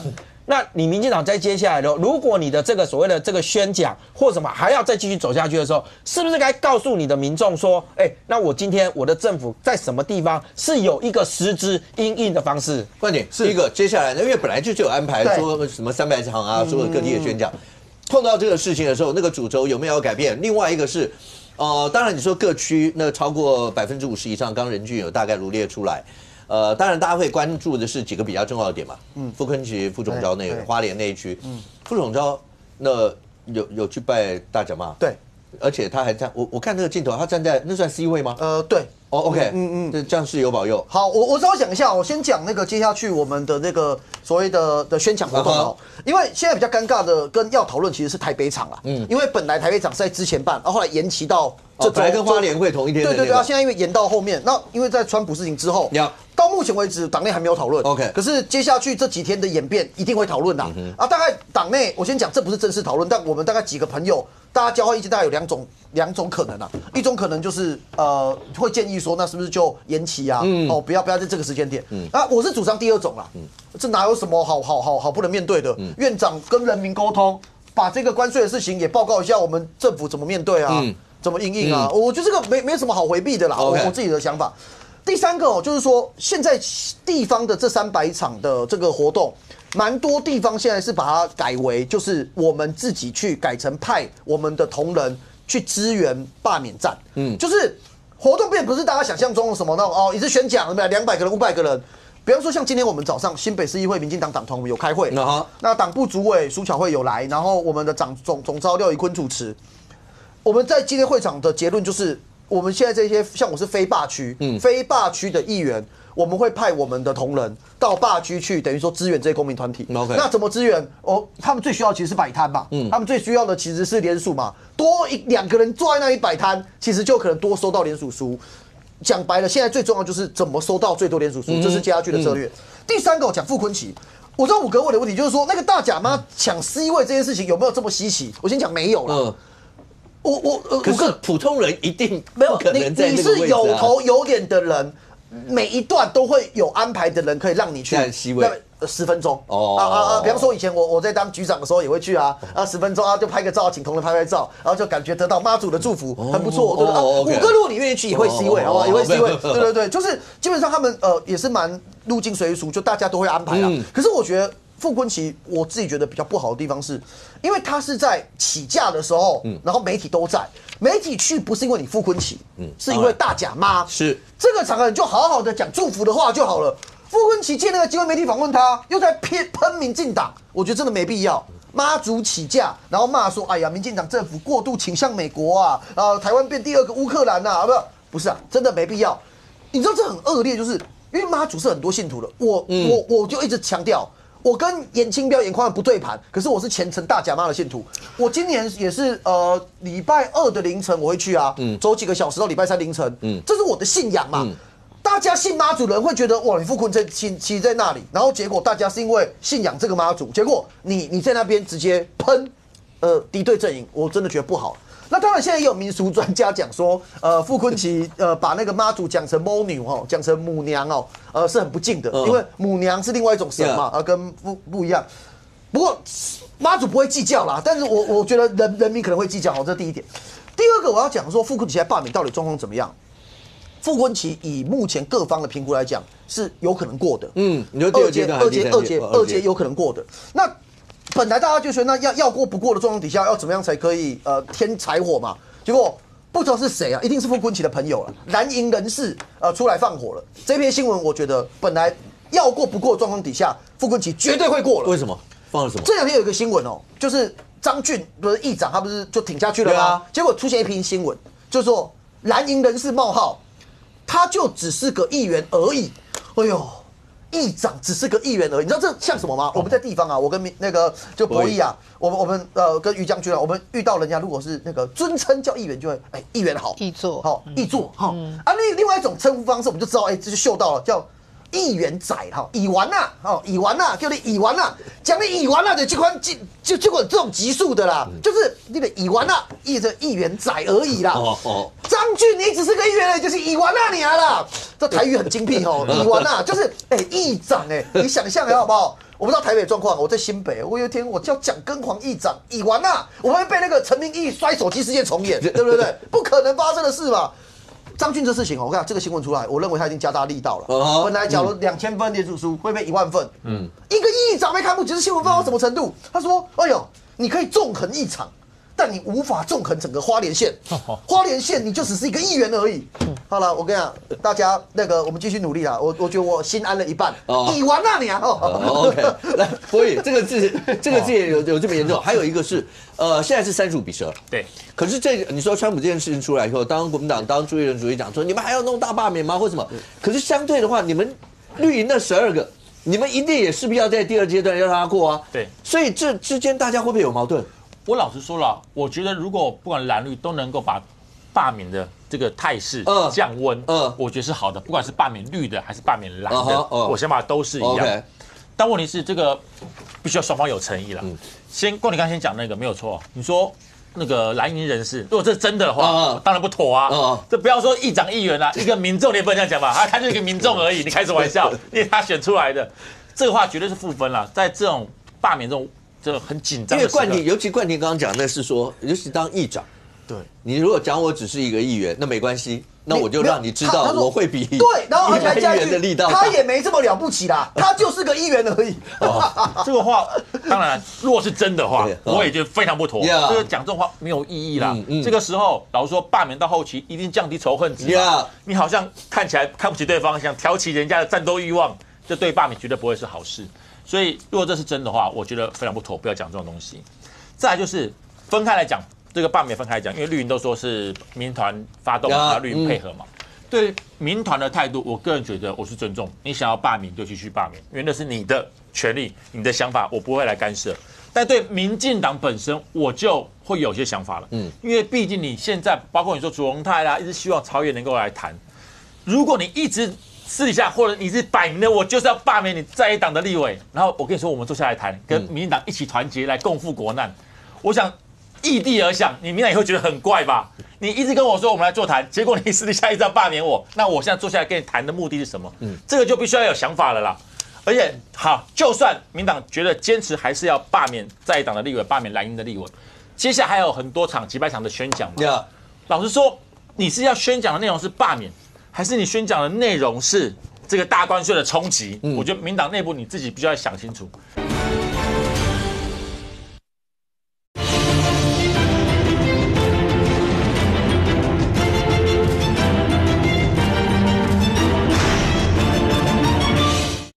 老实说，你是要宣讲的内容是罢免，还是你宣讲的内容是这个大关税的冲击？我觉得民党内部你自己必须要想清楚。现在大家觉得讲了大罢免，可能还觉得 OK， 因为还在热潮上。如果连续的股市不好，或者连续很多公司都开始倒闭、裁员，甚至失业率开始上升的时候，你的重点，尤其你是执政党哦，你到底是应该以罢免在野党的立委为优先，还是让整个国家经济复苏？这个民党内部你必须要去调整。我个人认为啦，如果接下来整个国家包括台美关系能够稳定，甚至是回温的话，当然绿营有资格继续讲罢免，我觉得 OK。但如果没有回温，状况还是一样非常糟糕的情况之下，继续讲罢免，反而对于罢免蓝营立委，我个人觉得是利是弊还很难说，因为民众会有感受嘛。你一直叫我去罢免，那现在经济很好，或者各方面都很好，我觉得 OK。可是我的股票跌了很多，我的公司要把我裁员了，你不想办法来救我，你要跟我来讲罢免，这个感受就会非常的差。所以我只能说，我的建议是，不管蓝绿，在这个时候有国难的时候，我认为先把罢免放下来，我觉得是比较好的。尤其是曹新成董事长讲很妙啊，他说谈关税时间很多，罢免是只有这一次，我就要讲颠倒了。罢免的时间很多，你随时有想要，你都可以来做联署。但谈关税这一次，如果一开始没有谈好，说不定我们会很长的时间都会被困在这高关税的里面啊。假设32%真的成立了，那美国也赚到甜头了。你觉得他短时间之内或下一任总统他就会放弃这32%吗？真的我不敢去想这么美好。所以我只能说，对于现在真的台湾的状况很危机，赶快去谈，然后让国内整个政治的仇恨值先下降，让整个民生的仇恨值也下降，一起的朝向更好的一个经济环境来迈进。我觉得朝野才需要去努力这共同的目标。我觉得逻辑问题啦，就是今天如果停止大罢免，就真的民团啊，大家都停止了，川普会不会感觉到，台湾人的诚意，然后降关税？我相信这两个没有连结，这两件事。但第二个，我们确实是我们就执政团队的尴尬的地方。现在我先讲，正式都还没有讨论，可是我们一些支持者其实都有在讨论的，就是说大选讲卓院长适不适合去？确实连我们支持者都有两种说法。有人认为不适合，是说那就应该全心来处理关税啊。有一些相关的部会去 OK， 可是院长不应该自己上阵。但也有人像我是主张这一派的，就是其实院长就去，还是一样直球对决好。所以我觉得这几天应该会讨论看最后怎么样再跟大家说。那冠廷，请问一下，我们讲到每一区，我先多问一个，是那个罗廷伟，因为跟小新不是在讲说，如果要是他，假设如果真的被罢的话，那个家里面生活啦或者，所以真的日子很难过嘛？因为你也是台中来的。对了，我觉得很瞎啦，就是。罗廷伟就是提油救火嘛。第一个，你现在要想办法不要被罢免，结果你找来的秘密武器叫徐小新，两个在一起仇恨值爆表。本来讨厌徐小新的，看到罗廷伟更讨厌；看到罗廷伟讨厌他的，看到徐小新更讨厌，这没有加分。第二个，现场卖什么？卖可怜。两个人的讲法讲说，哎呀，你家里是卖早餐出身的我是卖牛肉面出身的啦。拍摄我下面的网友的回应比我们都还要精辟啊，直接讲说罗廷伟跟徐小新扯自己的家人的工作出来是很不孝顺。我们罢免到现在，谁扯你们家人做什么？你爸妈做什么？你爸妈辛辛苦苦养你们出来当个立委，光宗耀祖都来不及了。你们今天为什么搞到被罢免？两个原因嘛。第一个，立委做得很烂嘛；第二个，很讨人厌嘛。就这两个加一起，你要去让你自己不讨厌，让大家觉得你是一个称职的立委结果你最后，结果这些都算了，最后罗廷伟出来跟他讲，我今天被罢免掉，我家一家7口怎么办？你不讲还好，我跟你讲，台湾没有这么仇富我从来也不会去查你多少薪水、多少房地产。你一讲完之后，罢传马上去查，罗廷伟有4个不动产，罗廷伟储蓄型保单上10几张，不是你跟人家讲可怜，那其他人怎么办？现在马上罢传就查啦。哎呦，不对呢，你当时在砍人家的薪水，砍人家的那个预算的时候，劳动部就9个约聘雇，后来被 fire 掉了是干嘛的？清洁人员司机技工，那个家里一定都比你还辛苦所以在干嘛？就提油救火，我都乐见。就他们继续这样处理，就是会增加被罢免。我这样说了，打悲情牌好不好？我觉得这个真的要来见仁见智，各自评断。但有没有用？平常的总预算被删还不是一样？没有钱洗热水，没有钱缴电费，连卫生纸都买不起。结果呢，还不是有钱出去外面？你说包括做一些外交啦，包括还有钱去编出国的预算通通都有嘛，都还在。到现在880，甚至刚讲的190线的专线电话，连立法院都还没有通过你这预算，你就直接宣布我要成立了，钱从哪来？表示一定有办法想得出来的。但当然我要说了，到最后是否真的要用悲情牌的方式来做最后选举的诉求？我觉得见仁见智。那每一个立法委员那自己来做评估了。我很简单补充一下悲情牌是为己还是为人民，这2回事这个国家再穷。像这次遇到这种川普这种平衡关税，我告诉你，挤也要挤出去，非去谈不可啦。那能不谈吗？可是你自己当民意代表，你总不能说我落选了，我以后选不上，我全家没饭吃了。选你出来不是让你全家吃饱的，选你出来是让你制定好的政策，让全国人民可以吃饱，这才是你要留下来的这个基础概念。你说我一个人养7个人，你养70个人都不干我的事，你要让投你票的人吃得饱，过得好，这才是重点。另外我在讲其实罗廷伟他跳过，他想入过蛮多党的他想入过蛮多党，他曾经也跟林佳龙不错嘛，这个冠廷也知道。那曾经也想要往这个白的那边靠嘛，那后来发现时代力量，对，也有要到时代力量嘛。然后后来看到卢秀燕不错，靠卢秀燕这边就选上立委。其实他的这个他蛮机灵的啦，他可以当到丞相了，对，够机灵。可是你在这一次的状况之下，你不是要叫选民可怜你，你要可怜你的选民，你知道吗？你的选民面临到这么多的状况，我当个立委，我有没有制定一个让选民觉得我选了你没有白选？所以我再次强调，不要选民可怜你，你要可怜你的选民，你要怜惜你的选民，让你的选民有感。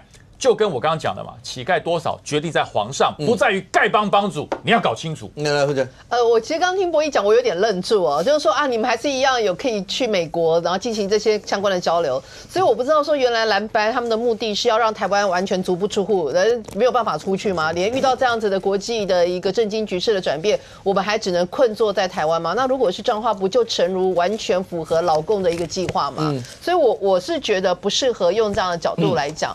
然后第二件事情是你陈平的时候，大家各自不同的政党有他们自己的利益考量，然后在那边吵来吵去、争来争去就算了。但现在面临的事实上是，我觉得是非常严重的一个经济上的一个变局。那更可怕的一件事情是，事实上的川普的不确定性哦，是一个最大的变数。这个对，刚刚这个没提到，它这个有直接冲击哦。这直接冲击当然就是32%签下去的塑化啊、机械啊、制造啊、制鞋啊、海运这个部分，科技业这边也是。那在间接冲击有没有看到房地产跟车市？我跟你讲哦，这个如果股市这样跌下去哦，不要大家会觉得说好像我没有股票没有跟我很大的关系。事实上，比如说好就是减少消费了。所以你的餐饮业也会受到冲击，对不对？那再加上大家的买卖房屋就开始急动了，那所以是不是也会不好？那再接下来，有一些人股票可能会被断头了，要迫于卖房去筹钱来填补这个股市的洞。那是不是我现在本来房子值2000万，我现在开1800，他开1700，他开1600？这些很多的问题是非常恐怖的。我们现在讲的每一个问题，影响的都是人民的生计跟人民的荷包。所以我不知道到底要在什么样的情况之下，这一些大委员们才能真的去干一点正事哦。那其实说一句实在话，蓝白继续这样子，就是比如说把自己的这一次的全世界的股灾的危机视为是自己大罢免的转机，我觉得这种心态是不好，也不对，也不可能会达成。但是另外一方面，一些非常激进在推动大罢免的讲出来的话，事实上也会让人民不舒服。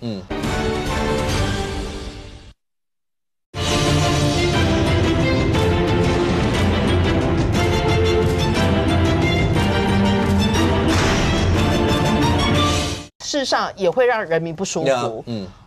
然后这个节骨眼了。对，尤其是说关税关你屁事，关税关每一个人的事，所以这种话事实上是不适合的。那至于总召在那边弄位置，我是不知道你还要坐位置坐多久啦。但是我只觉得这样的画面一出来之后，可能很快很多你原本该有的位置可能也会没有了。对，不仅可能误会我刚讲的意思。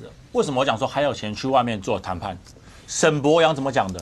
他说在野党把预算删掉，造成去美国谈判都没有钱。是你们是民进党立委自己讲出来的话，表示是有钱的，因为现在还是出去了嘛。所以表示为了大罢免，什么事情都要朝蓝白，我觉得不妥。然后再来，你说悲情牌，我真想跟各位请教一下，现在在野党删执政党的总预算，是把钱塞到自己口袋里去，还是删下来让全民使用？这不是删给我们自己用嘛？删下来是为了觉得那个钱可以做更有效用途，而不要是图利某一些绿友嘛。包括有一些绿能团体，他到底有没有特别的享受到便宜？大家觉得心里都心知肚明。所以把这钱删下来是为了民众审核包，不是为了国民党审核包，这讲得非常清楚啊。所以我才讲，但是问题是，民进党打这悲情牌有没有用？当然有用啊！他所有在外面宣讲都讲这个东西啊，都讲说钱被删光了，福利都没了，什么都没有了，讲的好像是国民党把钱吞掉一样。所以我说，罢免这个悲情牌到底适不适合？我个人觉得大家各自来评论。我也请问一下，那个这几天有看到，包括副总要讲说，国民党蓝白不是删了大概1439对1400多亿，他们讲说刚好这1400多亿在这个节骨眼上就可以拿来当做救命钱或什么，然后绿营的委员就直接讲说那个逻辑是倒过来的，就是怎么会是删完？因为你删的时候也不知道有这个，而且删掉的这些钱也没有办法拿，就这些事情。你们现在会怎么看待这个删掉的这一块？因为这一定在后面。因为现在对了，如果有保命钱，有什么钱套，只是这个钱是可以这样解释吗？先说了，删预算要非常小心，就是把钱取消掉。当时的在党要把预算删掉，当然是否删的是完全漂亮、非常大都没有任何争议，我觉得也不要说这么漂亮。当然中间有很多的争议，但是当时在党要删掉很多预算的时候，其实中心有个思想，就像我刚刚讲的。你拿太多预算在做亲某一些颜色媒体来做宣传，然后让某一些颜色的好朋友赚了非常多的钱，觉得这是不妥的，所以我们希望把很多没有必要的预算删掉，而删完之后总预算依然是史上最高，没有改变过。但现在你说拿着这个当时删掉的钱来做所谓的这个关税冲击的因应措施。我觉得这本来就可以拿出来，而且这个钱说不定还不够，还需要往上继续增加。这是主席讲的嘛，880亿不够，你可能要2000亿才够。所以我觉得现在对在野党而言，他做的就是在野党该做的事情，审查预算，守护民众的荷包。当然有不好的地方，大家来检讨。但是如果拿这个删了预算的东西来觉得国民党是要毁坏国家，然后要罢免他们，那我个人觉得就真的太超过了一点。来，范老师，我在想说，国民党是不是还要再推这个每个人发1万块？对不对？这个时候你还要推吗？有可能讨论，对不对啊？因为我们觉得现在可能要跟这些业者他们可能需要的补助还是当务之急嘛。所以我觉得，当然了，我觉得这个。川普这个关税跟这个罢免有没有关系？我认为其实是没有太大关系啦。虽然这个像郭正亮是说，他说大罢免已经结束了，他认为这个川普的这个事情是盖过了这个罢免，但是我并不认为，因为大家要看的是接下来蓝绿立委在立法院的表现。如果你国民党的表现还是跟之前一样乱删预算，然后荒腔走板，然后扩权的话，那罢免的风潮还是会持续下去的。那你何况你看，就是说叶元之现在第二阶段，已经90%了，90%哦，然后徐小清是8%哦，这个罗廷伟是8%哦，那罗廷伟跟徐小清是第2名跟第3名，他们2个人已经抱团取暖，你们怎么不找叶元之一起来啊？你们3个人可以一起开记者会啊，所以叶元之已经被抛弃掉了。我看最近叶元之蛮常上节目的，我认为他已经走过那一段低潮期了。他已经坦然面对可能被罢免掉了，所以他现在，他以前上节目都讲话很少嘛，那时候刚离署的时候啊，话不多，现在话很多，侃侃而谈，动作，我觉得他已经在准备要为成为名嘴来做暖身了啊，他大概已经大概知道未来的那个发展，本来还有点混沌嘛，现在已经看清楚这未来的方向了，所以我觉得以目前来看，像叶元之、徐小清跟罗廷伟，我觉得60%以上到2阶的。都还会走下去，要说，如果是现在已经过了60%的，都会走下去。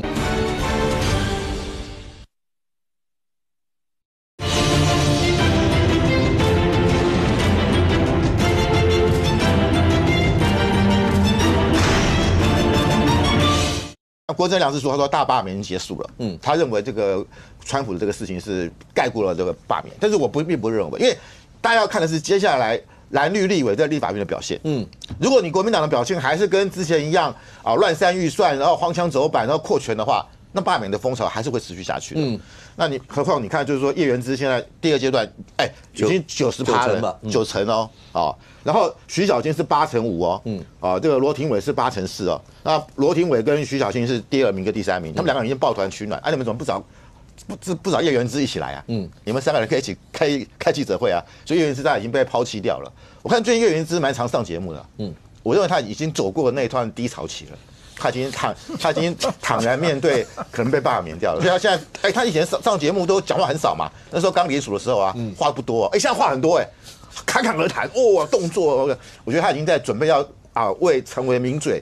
来做暖身了啊！他大概已经大概知道未来的那个发展，本来还有点混沌嘛，现在已经看清楚这未来的方向了。所以我觉得以目前来看，像叶元之、徐小清跟罗廷伟，我觉得60%以上到2阶的都还会走下去，要说，如果是现在已经过了6成的，都会走下去。所以因此我觉得，所以我觉得现在来讲，用什么罢免说罢免不要搞了啦，然后推动这个，我觉得这恐怕不是。那范老师对绿营呢？因为绿营现在有12位，对，那因为中准会好像还有几位还在审嘛，还没有完全审完，可是现在是35-12，也就是说对绿营来讲的话，相对来讲，那是不是也会面临到？虽然大家觉得说蓝营好像就是那个攻击力或是各方面来讲的话，就是不像民团这次发动的感觉上是这么样的有威力。可是总是你知道，谁只要是被摆在那个罢免上，都会担心过了那个第2阶。你评估绿营呢？对，绿营的话，的确，如果有很多厂商受到影响或失业，他可能会把这个怒气发挥在绿营的立委上。所以我觉得反而是绿营的立委要小心。因为有些人他又不分青红皂白嘛，我受损害了，我失业了，那我觉得就是执政党的责任。你们没有做事先沟通好，你们要去谈判。所以我觉得，但是要看怎么样去动员啊。因为以目前国民党还是靠党的组织去动员的话，我认为他的那个正当性不是那么够。OK， 好，那民团是民间团体，我觉得那个身份也不一样。所有这个关税战造成的民怨，现任的政府就是概括承受嘛。疫情期间，世界各国跟台湾例子已经都告诉我们。我举例，当时大家很称羡以色列超前部署买疫苗比全世界都快。当时呢买疫苗的那个首相呢也被民意推翻了，当时也输了。所以全世界都是如此，这个就是坦然面对。可是我要讲的是说，如果国民党到现在还是用这种，拍着我觉得很幼稚的吵架方式，在各地论述，就是讲说，哎，你看到了，你们现在可以出国了。当时你们讲我们砍预算是假的，不是这要讲清楚啊！不，这太你们宣传得很凶啊！所有宣长都讲这个东西。实际上现在我们已经讲了 N 次了。我举外交部为例，外交部你们是直接把所有的国际宣传预算砍到0，砍到变负的，所以现在没有1毛钱国际宣传的预算。第二个，有关于业务费，你们是动50%。我讲动50%的意义是什么？就是到今年6月之后，我们的外馆不能开门。我们这一直讲，然后你们现在指责说现在可以开，不是吧？我们讲的跟你们讲的就完全不是同一个层次的事情。预算你们当然真的有乱删，很多事情要怎么弥补？结果现在的做法，你们叫做说，哎呦，你们当时砍了1000多亿，所以现在1000多亿可以拿来当做我们那个急难的钱。拍谁？预算要重编，重编完蓝白的大立委们也要审查相关预算。这个当时乱砍预算这事情，现在你们已经在承担了。来，不会就是什么紧急预算编列重编什么？你现在提出来了，如果在党敢删，那就在党倒了，就这么简单了。这才叫真的救命钱，大家没有什么好争议的。我们删掉的是你们当时觉得国民党乱删，然后说我们删掉很多大家的福利，我们来抗争是这个。为什么讲清楚？你们下乡每一场都讲国民党乱删预算，全部都真的乱删，很多没有，所以我刚才讲没有东西嘛。如果真的乱删的，我不来反驳你，也没什么好讲。但刚刚讲了，沈伯文讲了，预算通通删光，所以没办法出国谈判。那现在去谈判的是谁？那事情讲清楚、说明白，对国民党而言，只是把事实陈述而已。不好的地方，国民党也要承认。如果国民党都那么好，现在不会有35个，目前对被罢免，可能会进入2阶嘛。所以现在的状况。我当然我觉得也都过去了，未来这个关税的事情，我觉得才是朝野正在努力的方向跟目标。不是啊，最后的战场拉回今天的结果叫做那个国民党认为他们当时的预算没有乱删，不是全部从头来。那今天搞成大罢免就是预算乱删啊！我们去讲的每一个都很具体，我们去报告那个是所有的每一个部位砍多少，影响什么。我刚才也举了具体的例子给你了，然后你现在讲没有你说没有卫生纸，结果你可以出国，不是嘛？不是这样。OK， 看起来川普这整件事情那个关税战会一路要打下去吗？那所有对大家的一些影响。到底会有多巨大？那当然包括政府审慎的评估，包括在应对各方面来讲的话，未来这场关税战到底会怎么样？我们大家拭目以待。非常谢谢现场所有来宾，也非常谢谢观众朋友收看《新闻面对面》，我们明天见，拜拜。